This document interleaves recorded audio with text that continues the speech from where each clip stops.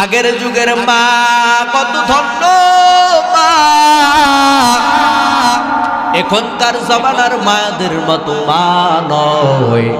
উপর দরন্তরালের আম্মা জানেরা, কত আম্মা জানেরা পীরের দরবারে দৌড়ায় জান্নাত পর্যন্ত।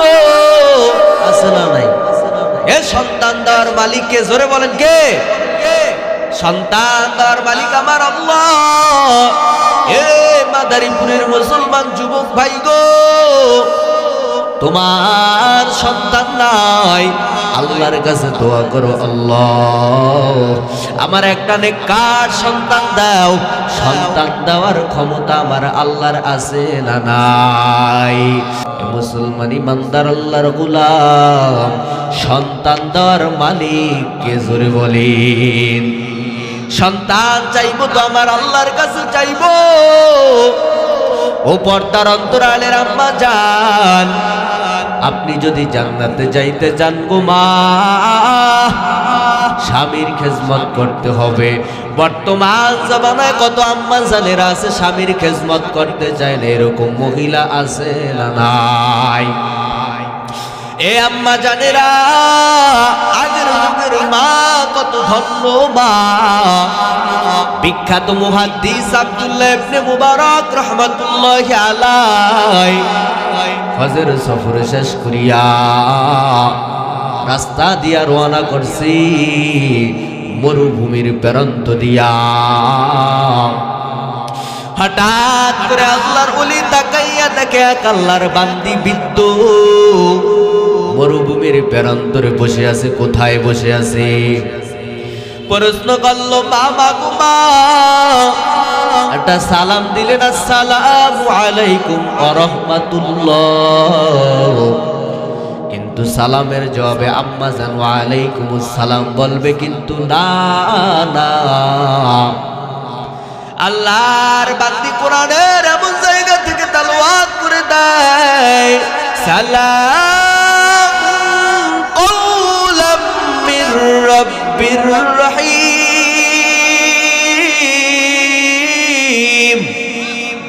আর জোরে বলেন আল্লাহু আকবার। আল্লাহর বান্দা বিখ্যাত মুহাদ্দিস আব্দুল্লাহ ইবনে মুবারক রাহমাতুল্লাহি আলাইহি সালাম দিছে, কিন্তু সালামের জবাবে আম্মা জান কোরআন থেকে তেলাওয়াত করে দিল। সালামের জবাব হয়, কথাও হয়। মুহাদ্দিস সাহেব কথা সামনে বাড়ায়, বলে মা আপনার বাড়ি কোথায়? আল্লাহর বান্দি তাও কোরআনের এমন জায়গা থেকে তেলাওয়াত করে দেয়, ওয়াবাইদুলিল হুফালা হাদিয়ালাহ।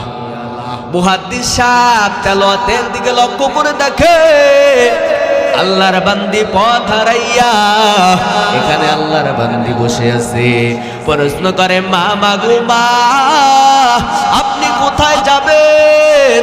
দেখে প্রশ্ন করে মুহাদ্দিস সাহেব বাংলায়, আর মহিলা কথায় কথায় কোরআনের আয়াত দিয়া কি দেয়?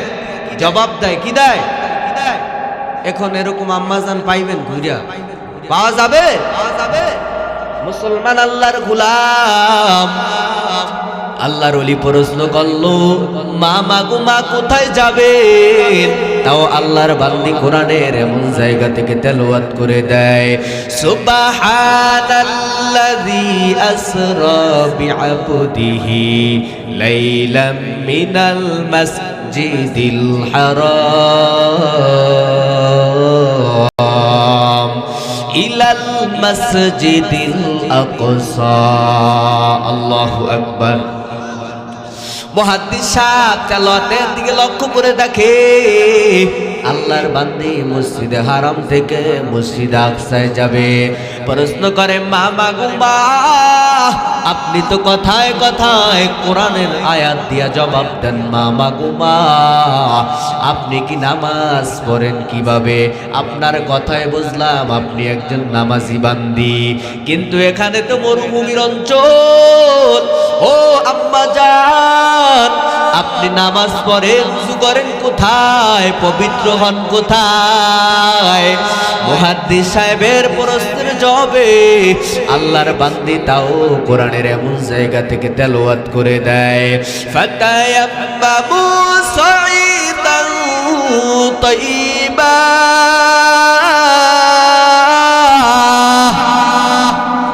মুহাদ্দিস সাহেব তেলাওয়াতের দিকে লক্ষ্য করে দেখে আল্লাহর বান্দি তায়াম্মুম করিয়া পবিত্রতা অর্জন করিয়া নামাজ আদায় করে। সুবহানাল্লাহ। প্রশ্ন করে মামা গো মা, আপনি এখানে 3 দিন যাবত আপনি খান কি? আপনি কি খায় আপনার জীবন বাঁচান? আল্লাহর বান্দি তাও কোরআনের এমন জায়গা থেকে তেলাওয়াত করে দেয়, ওয়ামা মিন দাব্বাতিন ফিল আরদি ইল্লা আলাল্লাহি রিজকুহা।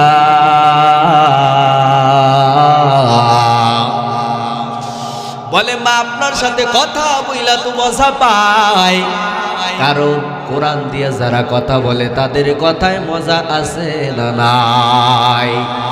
বলে মা, আপনি কথায় কথায় কোরআনের আয়াত দিয়া জবাব দেন। মা মাগো মা, আমাদের মতো কথা কেন বলেন না? আল্লাহর বান্দি তাও কোরআনের আয়াত ফিট করে দেয়, মা ইয়ালফিযু মিন কাওলিন ইল্লা লাদাইহি রাকীবুন আতীদ।